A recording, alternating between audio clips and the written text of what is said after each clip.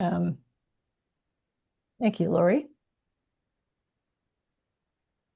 Hi, my name is Margaret Holm. I'm a board member with First Things First Okanagan. We're a nonprofit volunteer climate action organization.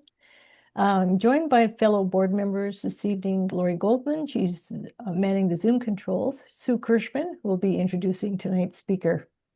Deep Dive is a monthly online webinar. We explore different perspectives on climate solutions for our communities. And today we're hearing from someone from Nanaimo, from the island. And the topic is Doughnut Economics, which we hope perhaps we can apply to our communities here in the Okanagan.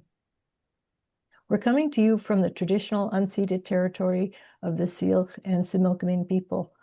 We often profile the work of the Syilx Okanagan in restoring fish habitat to our river system. There's been a lot going on over the past 10 years. Tonight, I'd like to highlight the annual Tri-Nation Salmon Warriors Gathering. This is a 5-day event in October. It brings together young adults from not only the Syilx Okanagan, but the Secwepemc and the Kootenai nations, together with technical and cultural teams. So we're grateful that these 3 different nations come together to restore river habitat, and they are working on the whole Columbia River watershed, of which the Okanagan River is one part. Indigenous communities are showing leadership in training a younger generation to care for the land and the water and work together across communities and nations, and they are a good example for all communities. I'd like to turn things over now to Sue Kirschman, who is going to be introducing tonight's topic and speaker. Let me unmute myself there. Hi, everybody. Welcome to tonight's deep dive. Municipalities often bear the brunt of climate-related emergencies like floods, wildfires, and extreme temperatures, and the costs associated with recovering from these events can impact communities for years. While addressing climate change at higher levels of government is essential, it is often the plans and policies that local governments enact that have the biggest impact on the day-to-day lives of their constituents. So tonight, we will learn how Nanaimo uses the Doughnut Economics model to shape sustainable and effective local governance. Our guest speaker is Ben Geselbracht, a city councillor and regional district director. And Ben has championed the use of the Doughnut Economics framework to guide sustainable planning in the city of Nanaimo, and has supported the regional district's ambitious goal of achieving 90% waste diversion. Ben focuses on regulatory and economic solutions to address climate change and protect watersheds, support economic development, and improve solid waste management, all in pursuit of an equitable, circular, and low-carbon economy. Before I turn it over to Ben, just a couple of things. First, please make sure your audio is turned off to prevent any background noise. And if you have questions during his presentation, just type them into the chat and we will pose them to him afterwards. And last, there's no need to copy down information or save the chat. Lori will be sending out a video recording of tonight's presentation, along with links and any other information that comes up. So I'll turn it over to you now, Ben. Please go ahead. Great. Thanks so much, Sue. And thank you, Lori, and First Things First Okanagan for the invite to come speak to you. I'm joining you from a hotel room on the YVR airport here in Vancouver on Musqueam territory. I'm over here just for some meetings, but thanks to the wonders of the internet, can join you. And so, yeah, I'd like to present about our application of the use of Doughnut Economics for our city planning and how it's helped us become a bit more organized and keep focused on the goals that we're trying to achieve. So I'll speak to this for probably 30, 40 minutes. And then I guess there's questions afterwards. And a lot of the stuff you can talk for hours on different specifics. So just wherever the questions are, we can go in that direction. So I'll share my screen here, and just let me know if that's coming up clearly. Looks great. Looks good. Okay, great. So Doughnut Economics, basically, this is a concept that came from a British economist named Kate Rayworth, and it really looks at how can we better measure the success of how our societies are doing and the economy by which we've created is achieving our needs. And looking at the big challenges that is faced by society right now is living within our means, within the resources of the planet, and then also meeting the needs of our communities that can maintain the well-being of our communities. And so she built this model, really basically trying to measure what success is for an economy. That is a lot more greater breadth and holistic than currently what we're doing with GDP. So gross domestic product, you hear that quoted all the time, whether it's increasing or decreasing. Um, and what she showed in her research was basically that uh, well, I mean, this is well known, but you can have things that are really good for increasing your GDP, like cigarettes and natural disasters, and you'll get an increase of GDP from it, but it's actually, quite detrimental to the well-being of society. And so uh, how we measure our success, though, is how policy decisions are being made. And if we're using the wrong metric, what gets managed, what gets measured gets managed, it can really throw us off course. And so Doughnut Economics came from how can we better measure our success? And so she set up a model that took from the work of some ecological researchers, but basically defined what the limits are in terms of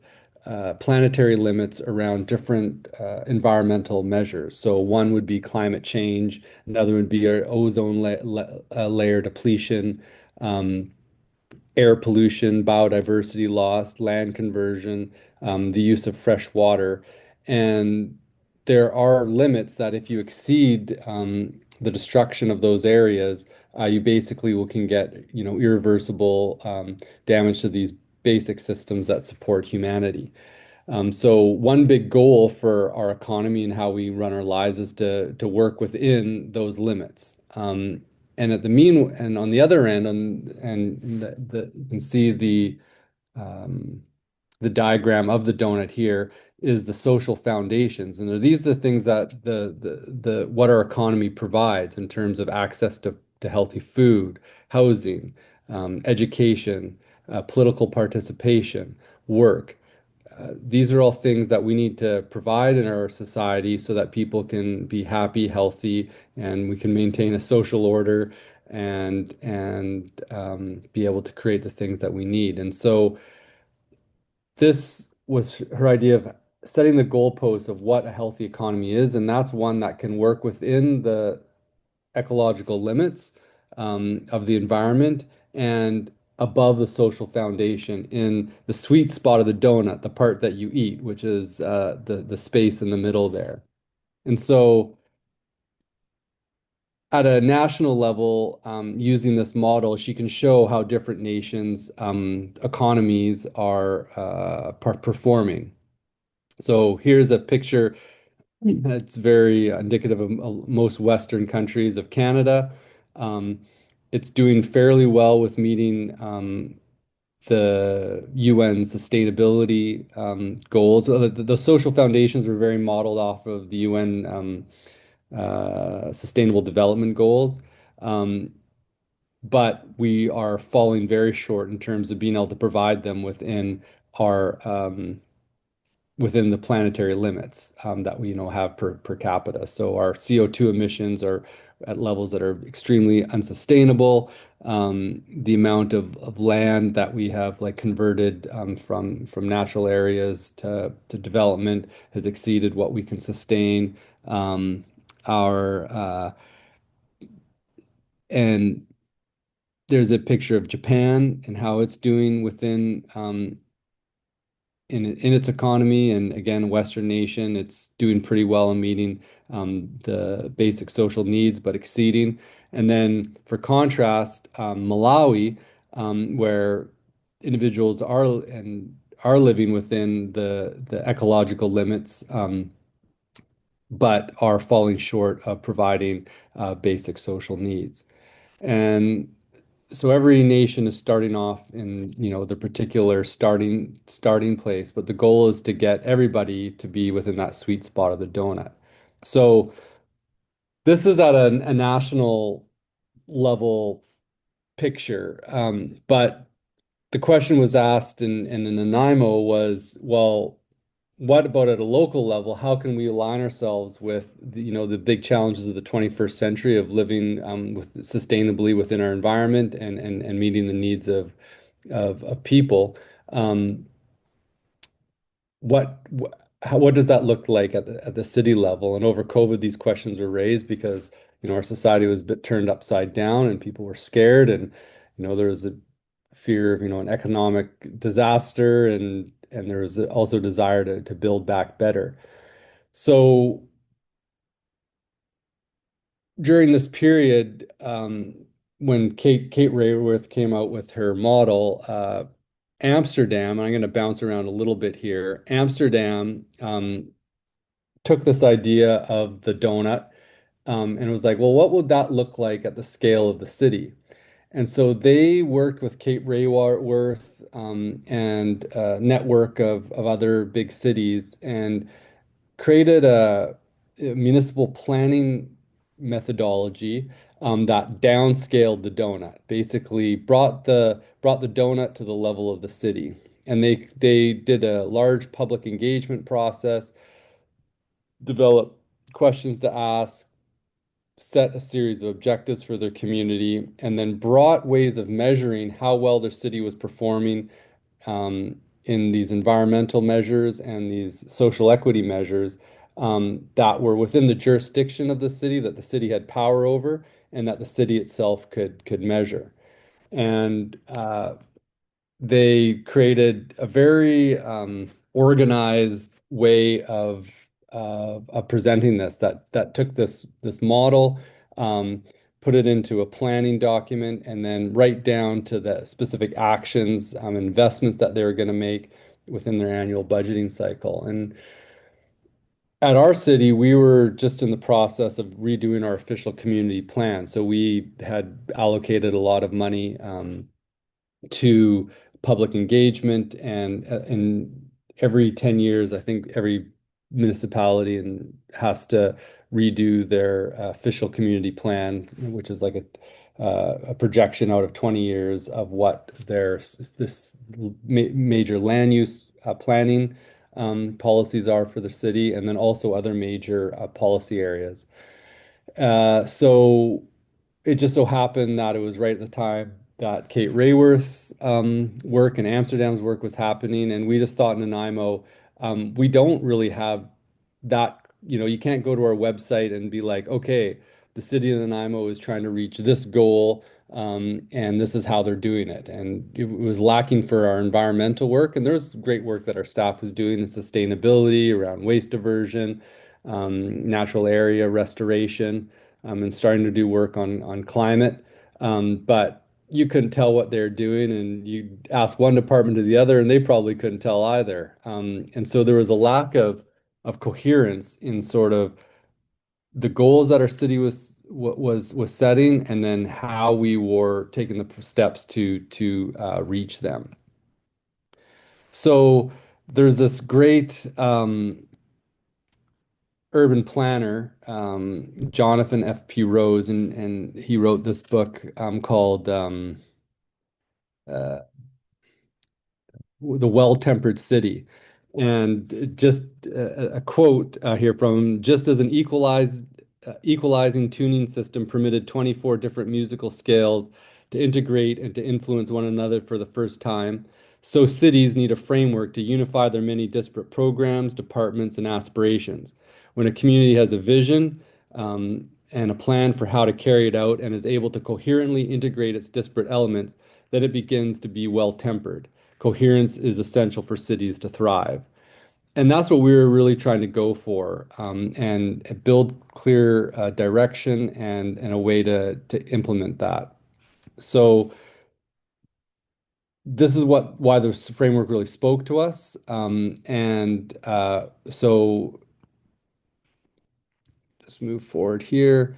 In December 2020, our city council passed the motion to adopt the donut framework, and I will read it out because this is really the direction that our council gave our city staff that, for what I'm going to show you, rolled out this, quite elaborate process of implementing these plans. So the motion that we provided was that the city of Nanaimo adopt the Doughnut Economic Model as a cohesive vision for all city initiatives and planning processes, and that the city portrait for Nanaimo be created to scale down the Doughnut Economics framework, and that the city portrait be blended with the Reimagine Nanaimo process, which was our OCP process, and that the appropriate measurable targets and indicators relevant to the community be identified and included in the framework to track progress. So that kicked off a whole lot of work for our staff that initially were like, "Oh my, what's happening here?" But it dovetailed well into already a large mobilization to redo our official community plan. And one of the main processes of this, the term that they use in Doughnut Economics and the planning process that Amsterdam developed, was called creating a city portrait. And the question asked is, how can Nanaimo become home to a thriving people in a thriving place while respecting the well-being of all people and the health of the whole planet? So it really asks this question: how can we live within the means of the planet, and meet the needs of people, not only just locally, in our local environment, but also the broader environment, because the materials that we consume have an impact outside of our borders, and also too, the materials that we consume in our way of being can have impacts outside of our physical city as well. For example, if we're ordering goods from another place that has, horrible labor laws, it can be impacting negatively the well-being of people outside of our community. So asking those questions, at a social level, locally, what would it mean for the people of Nanaimo to thrive? How to be healthy, connected, enabled, and empowered? What would it mean for Nanaimo to thrive within its natural habitat? And our abilities, for clean air, for house biodiversity, take care of our streams. And then what would it mean for Nanaimo to respect the health of the whole planet, in terms of CO2 emissions, waste, and what would it mean for Nanaimo to respect the well-being of people worldwide? So asking those questions really are at the heart of the planning process. When you do this city portrait, and here's a picture over COVID, because a lot of this happened over COVID. So everybody was meeting online for the first time, but we had like the Chamber of Commerce, we had different social service agencies, environmental groups kind of come together and ask these questions of like, what are our goals for the city and how could we measure them and know that we're making progress in terms of what are the indicators that we should be tracking. So this led to a unified framework of, for our city, all the policy documents. So when we did this, there was large public engagement. We also looked at like all of our plans that were kind of separate. So our transportation master plan, our community sustainability plan, our water strategy.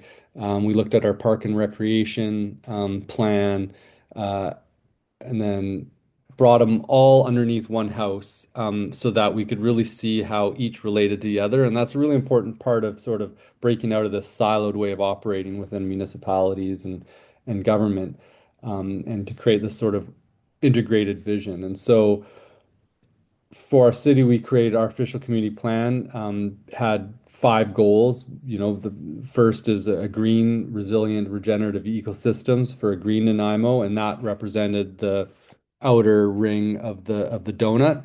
And then we had 4 goals that represented the social foundations within our community. So a connected Nanaimo, equitable access and mobility, a healthy Nanaimo, community well-being and livability, an empowered Nanaimo, reconciliation, representation, and inclusion, and a prosperous Nanaimo, a thriving and resilient economy. So from those 5 city goals, basically we set out sub areas and policies within those. So, for example, for Green Nanaimo, we had greenhouse gas emission reduction, climate adaptation, hazard mitigation, urban tree canopy, natural areas, healthy watersheds, water, sewer, and storm services, solid waste management, brownfield sites, artificial lighting, and dark skies. And each of the areas had a breakdown of these goals that represented, what Nanaimo has control over within the environmental limits and social foundation. So that broad 5 goals and then the different policy areas that really gets mapped out in the city in terms of one, how does our future plans for land use map and perform in relation to being able to like have good mobility access for everybody? How does it map out in terms of lowering greenhouse gas emissions? And we actually did a modeling and came up with different ways of how to organize our city. And the one that came out on top was to really focus on densification within, Nanaimo's a very large spread out town, but densification within these different urban nodes that can be connected well. And that performed the best in terms of sustainability and being able to have, affordable living for people. So, you know, also having this cohesive framework, we were asking ourselves the questions like, how can we best leverage the city, the resources that our city have to achieve these social and environmental goals the best way. And first is setting that very clear goals, and then really looking at the networks that the city operates within, who gets to participate, having more inclusive committees, looking at all things like our procurement policies, looking at how our budgeting process, looks at these goals on an annual cycle and monitors it, and really trying to align all the different areas that we have control with towards these goals. And so different initiatives that we've done is looking at a circular economy strategy that looks at waste, building these complete streets that allow for proper pedestrian bike usage to allow that mode shift from cars, looking at densification that really maximizes land use, can allow for more affordable housing, that you can meet your daily needs through walking. A big one is a sustainable procurement policy. The city spends millions of dollars on goods and services, and so our sustainable procurement policy looks at how the things that we're buying perform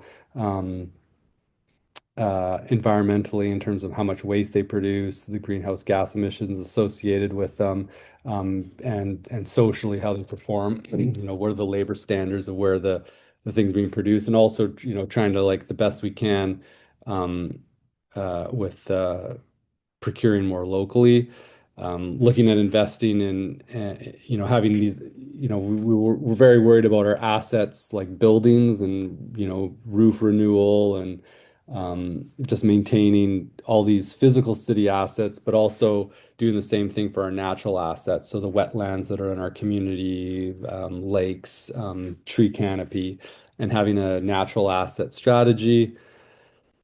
And part of uh, part of all this is the framework is important because, depending on your city, the strategies that you do to reach your goals are going to change, and some things aren't going to work and not going to work. But what's really important is that you're tracking and monitoring your process. And so the different documents that we created work in this way that basically is the city plan that I showed you that had, all the big policy areas. Then we've got an integrated action plan that basically breaks down each goal into what we're going to do to try to achieve it within 4 years and within 10 years. And then that integrated action plan is what every budgeting cycle we review, and there'll be a bigger review on it, every 4 years. And then to monitor the success of our policies, we've got this monitoring strategy. And um, this is, just some of what the integrated action plan looks like. But everything's broken down like between immediate actions and long-term actions, basic planning. But the interesting one is, I mean, the policies and the actions that we're doing is interesting, and we can get into those details with questions. But just wanted to speak a bit to the monitoring of it. And this is really what the donut looks like downscaled to the scale of the city. So we kind of unrolled the donut. So on top we have our targets for the environment at the top, and then our social targets at the bottom. Um, and then they get updated, and we can see, where it's red and exceeds what our target is. We can tell, where we need to work on it. And so the the goals and the indicators that we're tracking. So our city tracks, like, we've got targets and goals around community greenhouse gas emissions, tree canopy cover, fresh water quality within all our urban streams. We track our reservoir water supply for our water conservation, and then municipal waste. And then we've got measures for connected Nanaimo, basically is access to daily needs by walking. So we've set a goal of, I think, trying to build a city that is accessible, by a 15-minute walk, all your basic needs. We're way far away from that, but that's what we're trying to get. Trying to reduce, traffic fatalities and injuries to zero. And then for Healthy Nanaimo, we track real crime, housing affordability, vacancy rate. There's metrics that we don't have developed yet around the perception of safety, and we're developing metrics around food security, because we don't have a target and a way of measuring that yet to be able to build policy around. And then under Empowered Nanaimo, we haven't yet developed the metrics to measure this, but we're trying to find a measurement around equity, civic engagement, and access to public spaces and events. And then for Prosperous Nanaimo, we track a metric around whether we have enough people to fill the jobs, and then whether we have enough jobs. And so, for example, for greenhouse gas emissions, then under each major metric, so we've got a greenhouse gas emissions goal, which is related to like the international IPCC target. There's a bunch of sub indicators that we can measure, and so we can track community greenhouse gas emissions, emissions from buildings and infrastructure, emissions from transportation, emissions per capita, and our city's greenhouse gas emissions. And so each indicator is broken down into sub indicators that different departments can track and have a bit more subtlety in terms of the policies that they develop. And so each target is oh, something happened there to my screen. Okay, we're back. Um,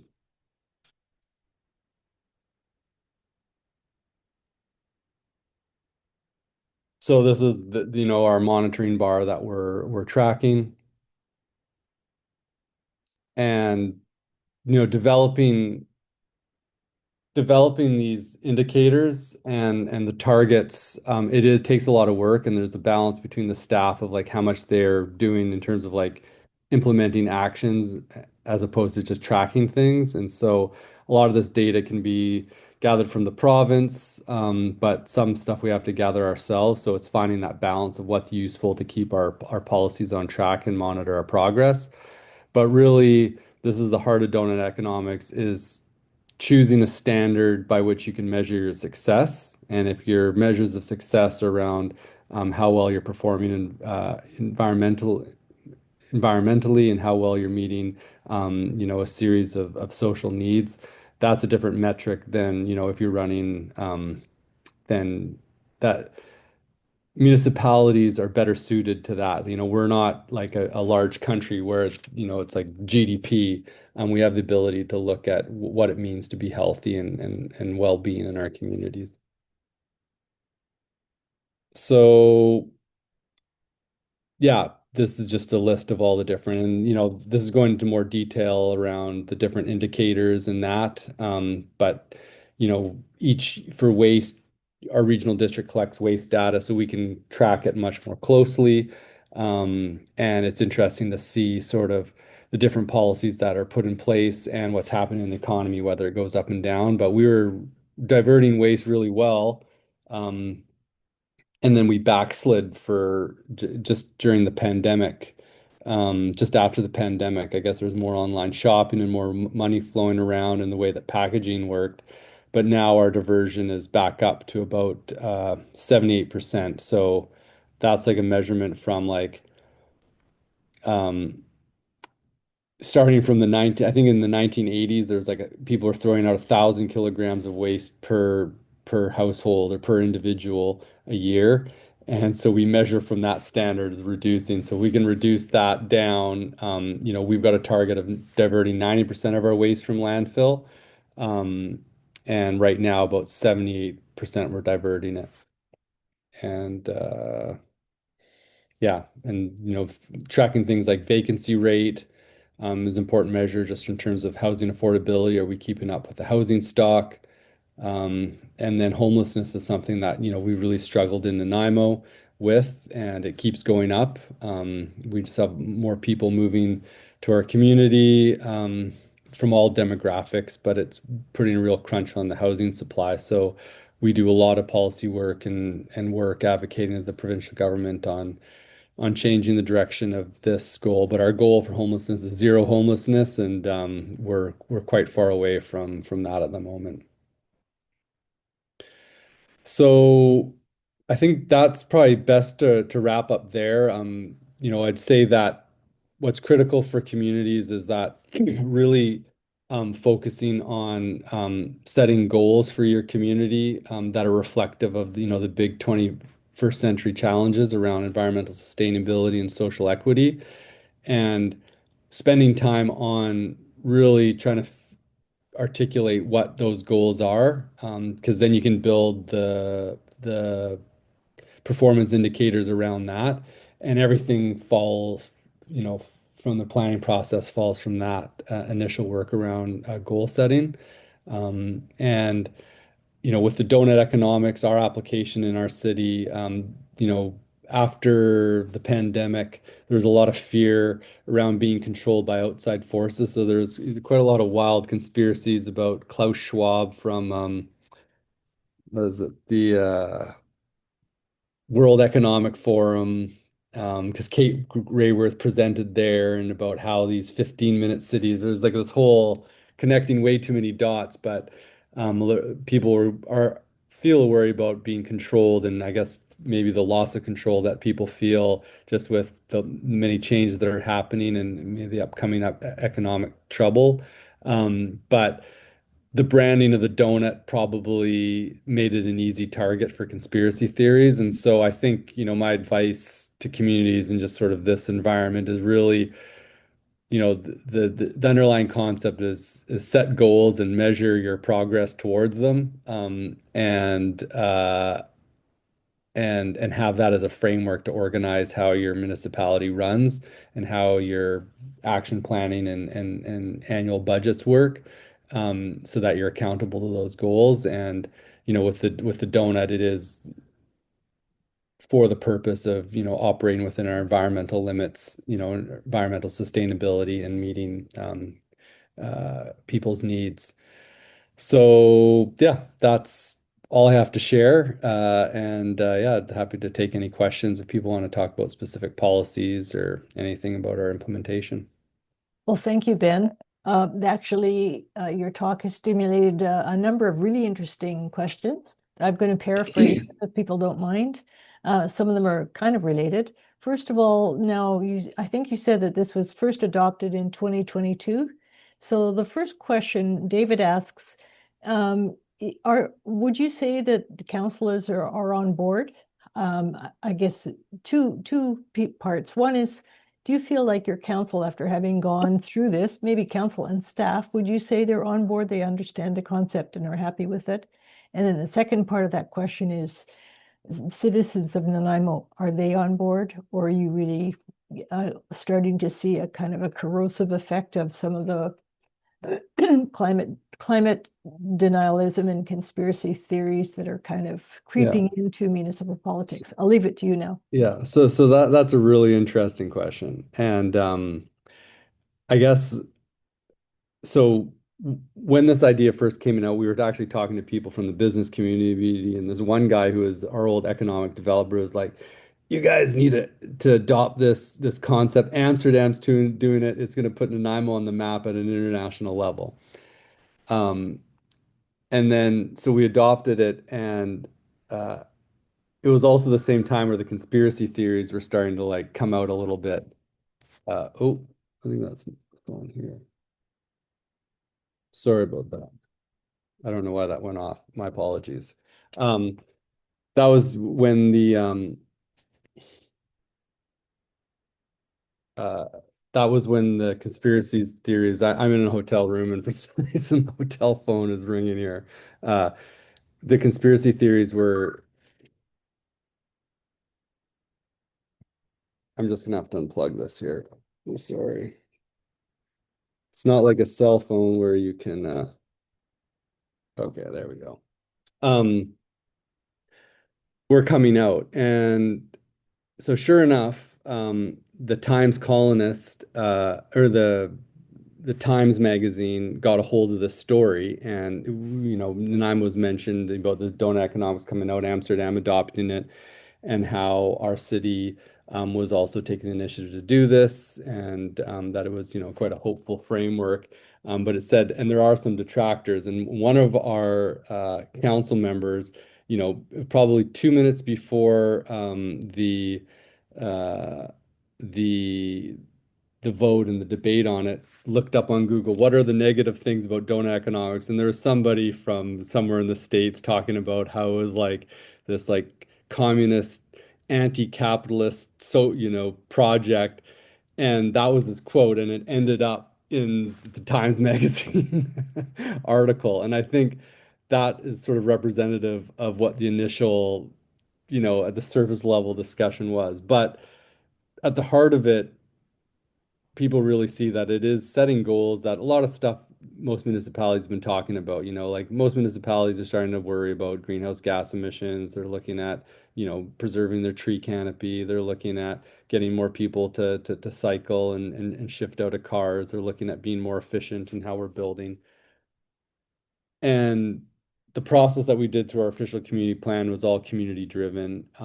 And we're really been just instituting a much more robust planning process that is way more coherent in terms of like making sense of what the city's focusing on and how it relates to the policies and actions that we're taking. That over time, this is becoming so baked into how our city's operating and just making it more effective, that nobody's really saying too much about this anymore. And we did pivot away from using the term, like before it was the Nanaimo Doughnut framework, and we just call it the Nanaimo framework. And it's like it's all the rigmaroles passed, and even the counselors that were detractors, it's because it's so baked in our official community plan. It's just sort of like this is how we do business now, and it's not as big of a deal as it was, say, even 2 years ago. So I really think that the whole just calling it the donut framework and that it was related to Kate Rayworth, it just felt like this something that it's bigger than it actually is. And I think keeping things very practical to people and just like we're setting important goals for the city. And yet people might disagree on whether greenhouse gas emissions are something important to build city policy around.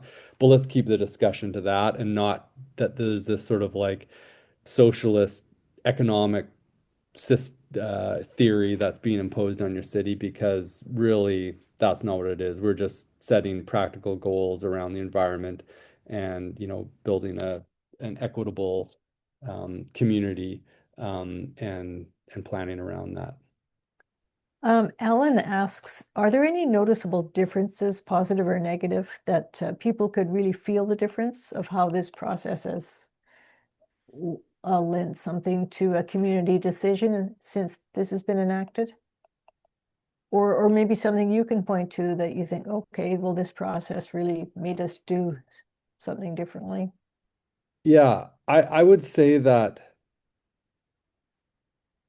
this has made like the initial process of creating an overarching framework for our city planning.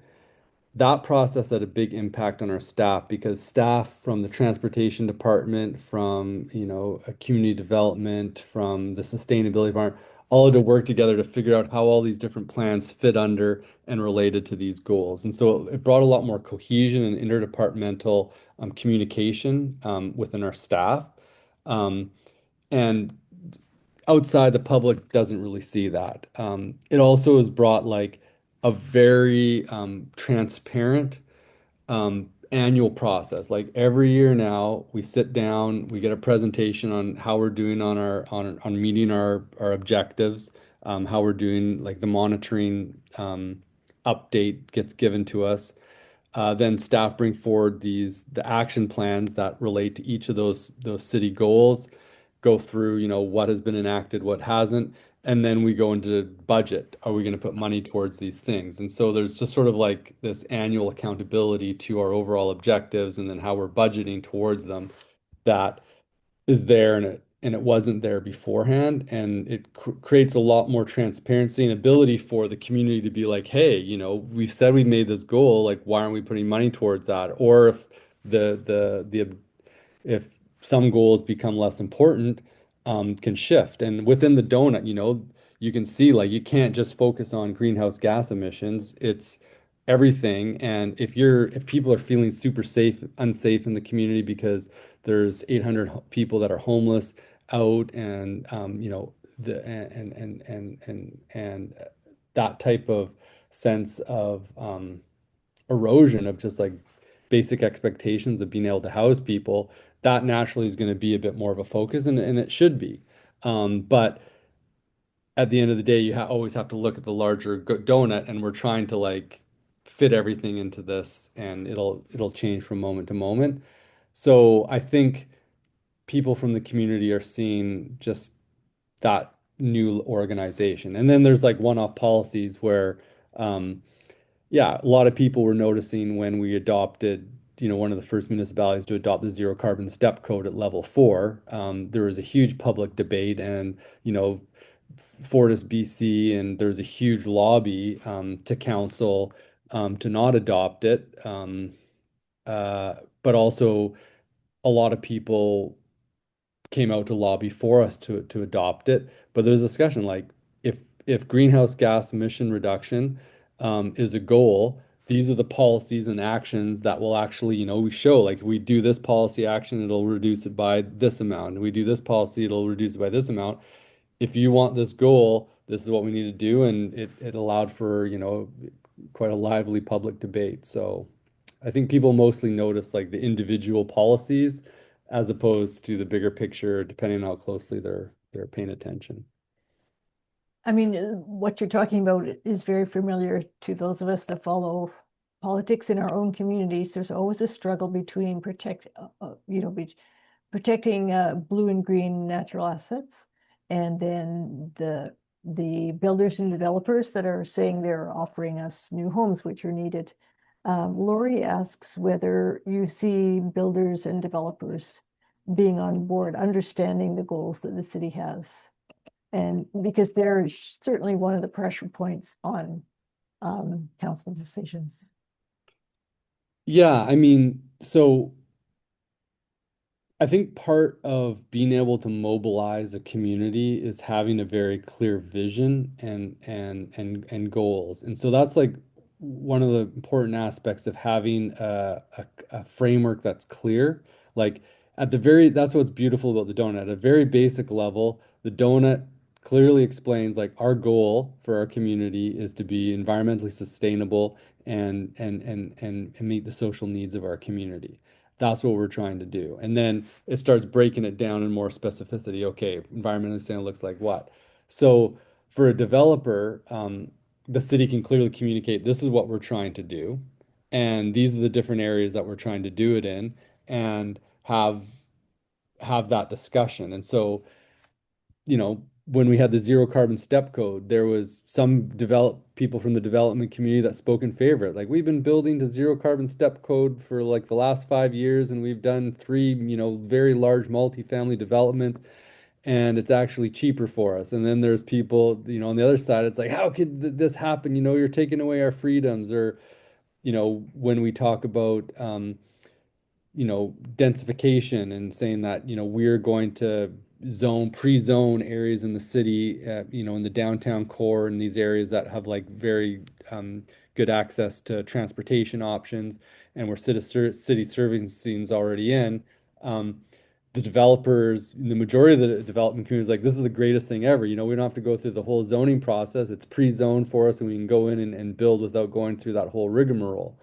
Some of the people in the neighborhood that had lived there for 60 years and happened to be in that area that's densifying came out and were very upset about, this pre-zoning fact. So but I think it's just ultimately like these are the goals we're trying to achieve, and this, to the best that we know, these are the policies that'll best get it there, and at least you can have a public dialogue on it when it's all clearly laid out. Well, in many ways, I think those of us that follow municipal politics envy Nanaimo and some of the things that have been enacted there, such as zero carbon step code.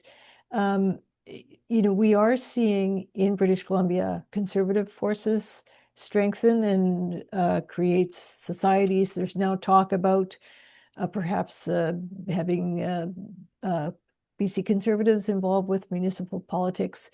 Do you have any observations or tips, just thinking about moving forward in the next couple of years with this? There was someone that mentioned North Cowichan in the chat here, North Cowichan kind of electing a kind of regressive council. Any advice for like a more conservative people like us in the Okanagan, living with the more conservative councils and communities, just perhaps how the Nanaimo model has succeeded where they haven't in other communities? Yeah, it's an interesting question. I think,